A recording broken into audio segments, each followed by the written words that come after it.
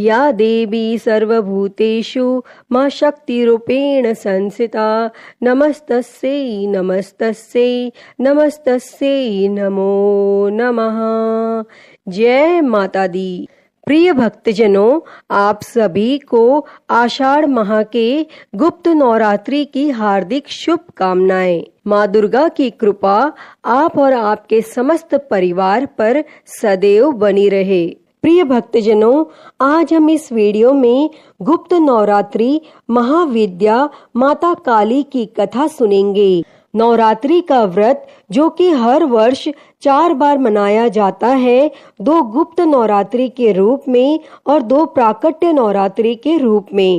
प्राकट्य नवरात्रि जो कि चैत्र और आश्विन के महीने में शुक्ल पक्ष की प्रतिपदा तिथि से लेकर 9वीं तिथि तक जो कि माता दुर्गा के 9 स्वरूपों का पूजन किया जाता है, और वहीं पर गुप्त नवरात्रि के व्रत जो कि आषाढ़ के महीने में और माघ के महीने में शुक्ल पक्ष प्रतिपदा तिथि से लेकर 9वीं तिथि तक माता 10 महाविद्याओं का पूजन किया जाता है।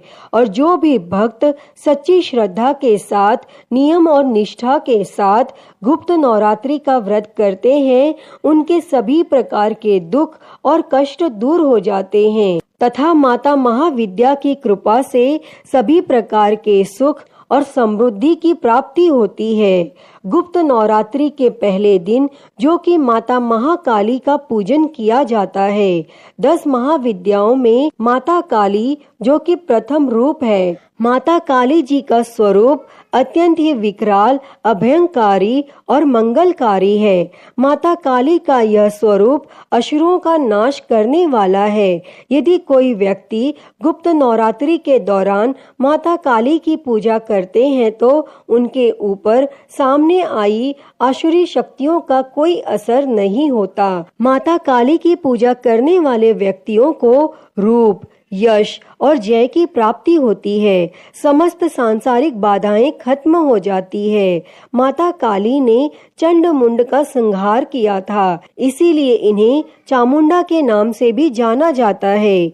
माता काली अपने गले में मुंड माला धारण करती हैं। उनके एक हाथ में खड़ग, दूसरे हाथ में त्रिशूल और तीसरे हाथ में कटा हुआ सिर होता है। माता दुर्गा ने रक्त बीज नाम के असुर का वध करने के लिए काली का अवतार धारण किया था। और 10 महाविद्याओं में माँ काली प्रथम देवी हैं। गुप्त नवरात्रि में प्रथम दिन माँ काली की आराधना की जाती है। जो लोग तंत्र शक्तियाँ प्राप्त करना चाहते हैं, उन्हें गुप्त नवरात्रि के पहले दिन विशेष रूप से माता काली की पूजा करनी चाहिए। इसके अलावा माता काली की आराधना करने से सभी प्रकार की तंत्र बाधाओं से छुटकारा प्राप्त होता है। और जो लोग अपने शत्रुओं से बहुत परेशान होते हैं, तब उन्हें गुप्त नवरात्रि में माता काली की आराधना अवश्य ही करनी चाहिए। ऐसा करने से शत्रु से मुक्ति मिलती है और माता काली की पूजा करने से अकाल मृत्यु का भय नहीं होता। गुप्त नवरात्रि में 2 तरीकों से माता काली की पूजा की जाती है। जो लोग तांत्रिक विद्या हासिल करना चाहते हैं, वो लोग इस दिन माता काली की तंत्र विद्या द्वारा उपासना करते हैं, और कुछ लोग गुप्त नवरात्रि के प्रथम दिन सामान्य तरीकों से माता काली की आराधना करते हैं, जिससे उनके जीवन के सभी प्रकार के संकट दूर हो जाते हैं। तो प्रिय भक्तजनों, आइए अब सुनते हैं माता काली से जुड़ी हुई एक पौराणिक कथा। तो आप सभी इस कथा को बड़ी ही श्रद्धा और प्रसन्न चित्त मन से सुनिए। तो प्रेम से बोलिए माता काली की जय।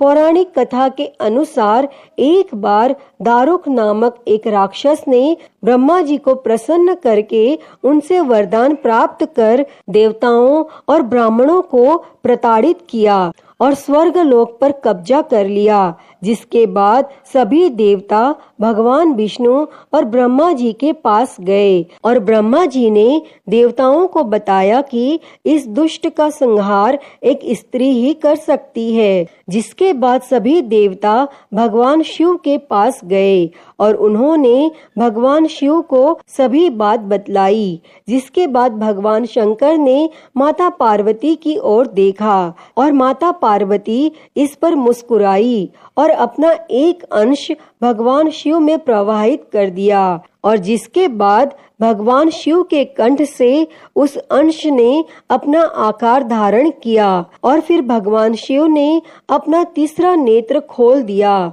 और उनके इस नेत्र से विकराल रूप वाली माँ काली उत्पन्न हुई। माता काली के ललाट में तीसरा नेत्र और चंद्र रेखा थी। माँ काली के भयंकर और विशाल स्वरूप को देखकर देवता और सिद्ध लोग भागने लगे। जिसके बाद माँ काली का दारुक और उसकी सेना के साथ भयंकर युद्ध हुआ और माता काली ने सभी का वध कर दिया। लेकिन माँ काली का क्रोध शांत नहीं हुआ और माता काली के इस क्रोध से संसार भी जलने लगा। जिसके बाद भगवान शंकर ने एक बालक का स्वरूप धारण किया और शमशान में लेटकर रोने लगे। तब माता काली उन्हें देखकर उन पर मोहित हो गई और इसके बाद उस बालक रूपी भगवान शंकर को अपनी गोद में उठा लिया और उसके बाद उनका क्रोध शांत हुआ। और इस प्रकार से जो भी माता महाविद्या काली की आराधना करते हैं, नवरात्रि का व्रत करते हैं, व्रत के दौरान नियमों का पालन करते हैं, उनके सभी प्रकार के दुख और कष्ट दूर हो जाते हैं तथा सुख और समृद्धि की प्राप्ति होती है। नवरात्रि के दौरान माता का पूरे विधि विधान के साथ पूजन करना चाहिए और इस दौरान श्री दुर्गा सप्तशती का पाठ अथवा श्रवण करना चाहिए और दुर्गा कवच, दुर्गा चालीसा आदि का पाठ या श्रवण करना चाहिए। व्रत के दौरान शुद्ध और सात्विकता का पालन करना चाहिए और जो भी व्रती हो उन्हें व्रत के दौरान किसी के ऊपर क्रोध नहीं करना चाहिए। अपने मन में किसी के प्रति ईर्ष्या या द्वेष का भाव नहीं लाना चाहिए और ब्रह्मचर्य का पालन करना चाहिए। तामसिक वस्तुओं का प्रयोग बिल्कुल भी नहीं करना चाहिए और पूर्ण श्रद्धा भक्ति भाव के साथ पूरे विधि विधान के साथ माता का पूजन करना चाहिए। इससे माता अपने भक्तों पर प्रसन्न होकर अपने भक्तों के सभी प्रकार के दुख और कष्टों को दूर कर देती है तथा सुख और समृद्धि का आशीर्वाद प्रदान करती है। माता काली की पूजा के लिए गुप्त नवरात्रि के पहले दिन, जो कि सुबह ब्रह्म मुहूर्त में उठकर नित्य क्रियाओं से निवृत्त होकर गंगा नदी में या घर के नहाने के पानी में थोड़ा सा गंगा जल मिला करके स्नान करना चाहिए। शुद्ध वस्त्रों को धारण करके कलश स्थापित करके घट स्थापना करके माता की प्रतिमा को स्थापित करें और पूरे विधि विधान के साथ पूजन करना चाहिए। माता को जो कि लाल रंग की रोली का टीका अवश्य ही लगाना चाहिए। माता को पुष्पों की माला, पुष्प, फल, मिठाई, नैवेद्य आदि का भोग लगाना चाहिए और इस दौरान जो कि अखंड ज्योति प्रज्वलित करनी चाहिए और श्री दुर्गा सप्तशती का पाठ करना चाहिए या श्रवण करना चाहिए। दुर्गा कवच आदि का पाठ या श्रवण करना चाहिए। दुर्गा चालीसा आदि का पाठ या श्रवण करना चाहिए और कथा सुनने के बाद माता की आरती कपूर से करनी चाहिए। इसके बाद प्रसाद आदि ग्रहण करना चाहिए और जो भी पूजन में गलतियां हुई हो उसके लिए माता से क्षमा याचना मांग लेनी चाहिए और इससे माता अपने भक्तों पर अति प्रसन्न होती है और अपनी कृपा प्रदान करती है। अतः हे माँ काली, इस कथा को कहते, सुनते और हुंकारा भरते पर सदैव अपनी कृपा बनाए रखना, सभी के दुख और कष्टों को हरना और सभी के जीवन में सुख और समृद्धि देना। तो सभी प्रेम से बोलिए जय माँ काली, जय माता दी। प्रिय भक्तजनों, मैं उम्मीद करती हूँ कि आपको गुप्त नवरात्रि के पहले दिन की महाविद्या माँ काली की यह कथा पसंद आई होगी।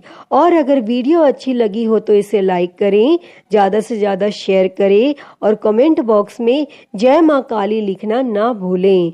और हरिहर भक्ति चैनल को सब्सक्राइब कर नोटिफिकेशन बेल को ज़रूर ऑन कर लें। हर हर महादेव। धन्यवाद।